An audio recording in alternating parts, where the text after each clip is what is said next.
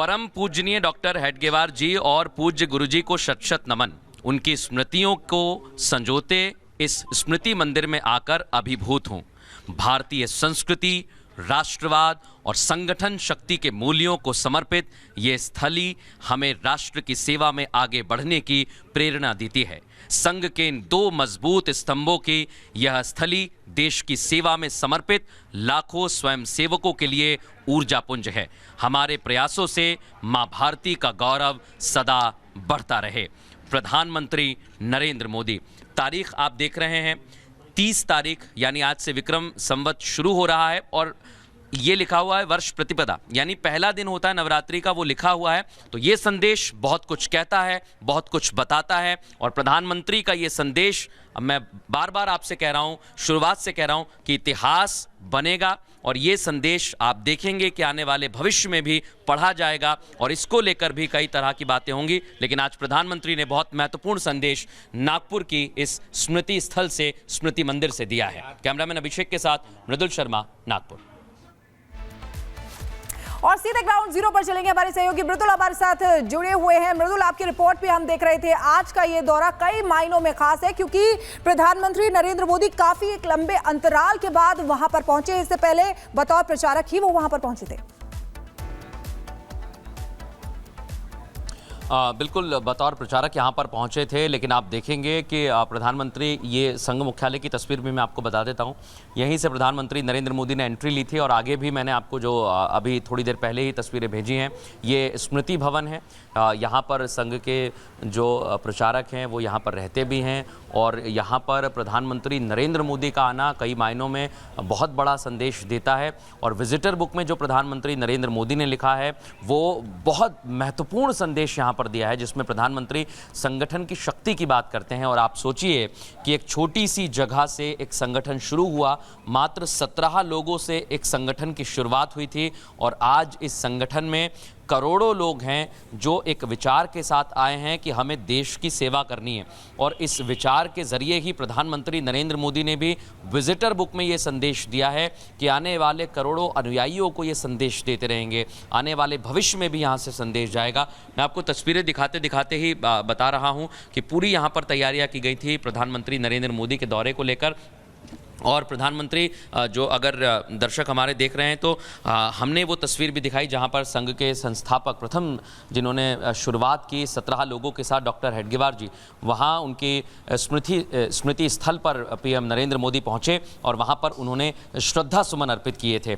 कई सारे और भी कार्यक्रम हैं, लेकिन आज के इस कार्यक्रम पर नज़रें थीं विशेष तौर पर उन लोगों की जो लगातार सवाल उठाते रहते हैं, लेकिन आज उन लोगों को सारे सवालों के जवाब मिल गए। और जो विजिटर बुक में प्रधानमंत्री नरेंद्र मोदी ने संदेश दिया है वो बहुत बड़ा संदेश है। वो यही लिखते हैं कि मैं यहाँ पर आके अभिभूत हूँ, यानी वो भी यहाँ पर आना चाहते थे, लेकिन कई वजह हैं जिस वजह से प्रधानमंत्री नहीं आ पाए। हालांकि वो बार बार मंचों से कहते हैं कि यहाँ पर आना ही महत्वपूर्ण नहीं है, देश की सेवा आप जहाँ रहें वहाँ से करें। लेकिन आज प्रधानमंत्री नरेंद्र मोदी ने नागपुर पहुँचकर सारे सवालों को तो ख़त्म ही कर दिया है, एक यहाँ से नया संदेश दिया है। और अब इंतज़ार बातों का है, जो लगातार जो सवाल उठा रहे थे उन लोगों को जवाब तो मिल गया है, लेकिन अब वो इस दौरे को लेकर और जो विजिटर बुक में प्रधानमंत्री नरेंद्र मोदी ने संगठन की शक्ति की बात कही है उसे लेकर क्या कहते हैं, इंतजार इस बात का रहेगा।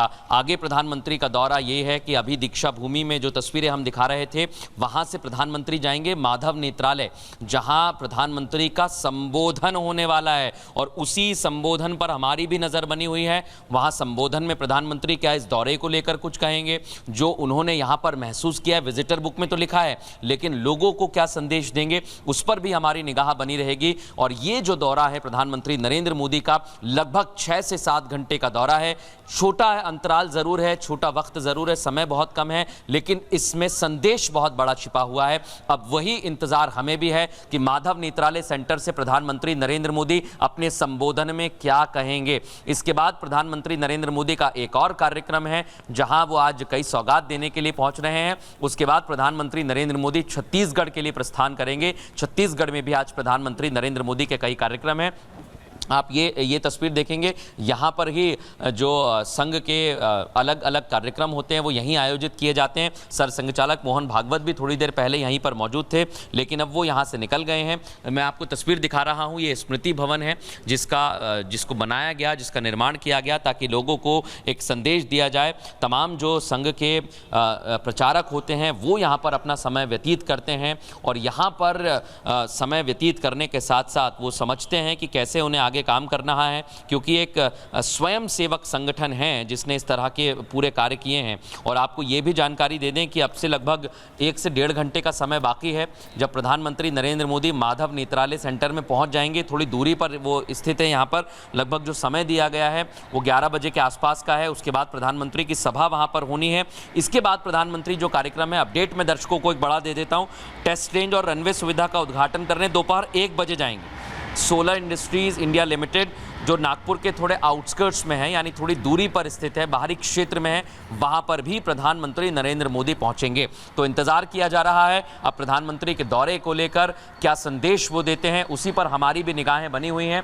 और अब यहां से धीरे धीरे डिप्लॉयमेंट भी शुरू हो रहा है, लेकिन अब इंतजार मैं बार बार इसलिए कह रहा हूं क्योंकि प्रधानमंत्री के संबोधन में वो क्या आज के इस विजिट के बारे में, उनके दौरे के बारे में क्या कहते हैं, इसका इंतजार रहेगा। मृदुल, आप लगातार क्योंकि एक तस्वीर समझा रहे हैं, दिखा भी रहे हैं, आप दर्शकों को ये बताइए कि बीजेपी और बीजेपी के साथ साथ आरएसएस के बीच समन्वय उसको और मजबूत करने के लिहाज से प्रधानमंत्री मोदी का ये दौरा, उनकी जो मुलाकात हो रही है, वो कितनी खास है, कितनी महत्वपूर्ण है? देखिए, मैं इसको 2 चीज़ों से समझता हूं और इसको आप देखेंगे, अगर तस्वीरें मेरे साइड में चल रही हैं तो मैं बताने की कोशिश करूंगा कि जब जब प्रधानमंत्री नरेंद्र मोदी आते हैं तो उनकी बॉडी लैंग्वेज क्या रहती है, इस पर भी जो बड़े बड़े राजनीतिक विश्लेषक हैं वो चर्चा करते हैं। और उस दिशा में कैसे अगर हम आज देखें इस बॉडी लैंग्वेज को तो बड़े सहज भाव से मिल रहे थे, बड़ा सहजता का भाव था। और क्या बातें हुई हैं ये तो खैर सरसंघचालक मोहन भागवत और प्रधानमंत्री नरेंद्र मोदी ही जानते हैं, लेकिन हाँ, ये बात ज़रूर है कि समन्वय जो है वो नज़र आ रहा है और समन्वय कभी टूटा ही नहीं था। ये भारतीय जनता पार्टी और संघ कहता रहता है, उनका कहना है कि हमारा समन्वय सामने नहीं आता, इसका मतलब ये नहीं है कि समन्वय नहीं है। अगर समन्वय नहीं होता तो हरियाणा चुनाव में संघ का जिक्र क्यों किया जाता, अगर समन्वय नहीं होता तो महाराष्ट्र के विधानसभा चुनावों में संघ का जिक्र नहीं किया जाता। यानी समन्वय तो है, लेकिन भविष्य की रणनीतियाँ क्या हैं, इस ओर अब कैसे ध्यान देना है, उसी दिशा में कार्य किया जा रहा है। और इसीलिए ये काफ़ी महत्वपूर्ण हो जाता है कि भविष्य में अब क्या संदेश दिया जाएगा। क्योंकि आज अगर मैं एक बार विजिटर बुक के जो संदेश हैं अगर हम उसे डिकोड करने की कोशिश करें तो प्रधानमंत्री नरेंद्र मोदी लिखते हैं कि हमारे प्रयासों से मां भारती का गौरव सदा बढ़ता रहे। और जैसा मैंने शुरुआत में कहा कि जब समन्वय को लेकर यह कहा जाता था कि पीएम नरेंद्र मोदी प्रधानमंत्री तो बन गए हैं, कब जाएंगे, ऐसे विपक्ष सवाल उठाता था, लेकिन आज प्रधानमंत्री ने कहा है कि हमारे प्रयासों से मां भारती का गौरव सदा बढ़ता रहे। यानी वो देश सेवा की बात शुरुआत से कहते आए हैं और उनका यही कहना है कि आगे भी इसी तरह के भाव हमारे मन में रहें। और जो लोग नई पीढ़ी हैं, आपको याद होगा रिपब्लिक प्लेनरी समिट में अभी प्रधानमंत्री नरेंद्र मोदी आए थे और उन्होंने एक बहुत बड़ी बात कही थी। उस संदेश को यहाँ से मैं कनेक्ट करने की कोशिश इसलिए कर रहा हूँ क्योंकि प्रधानमंत्री ने रिपब्लिक के मंच पर यह बात कही थी कि मैं 2029 की तरफ देख रहा हूं और आने वाले समय में मैं चाहता हूं कि लाखों ऐसे युवा राजनीति में आए जो देश को बदलने की ताकत रखते हैं, जो देश को बदलने का भाव रखते हैं और देश में कैसे आगे बढ़ना है इस भाव के साथ राजनीति करना चाहते हैं। और उसी दौरान आप दूसरा संदेश जब आप यहां पढ़ेंगे तो यहां भी प्रधानमंत्री यही लिखते हैं, जहां आज उन्होंने संस्थापक डॉक्टर हेडगेवार और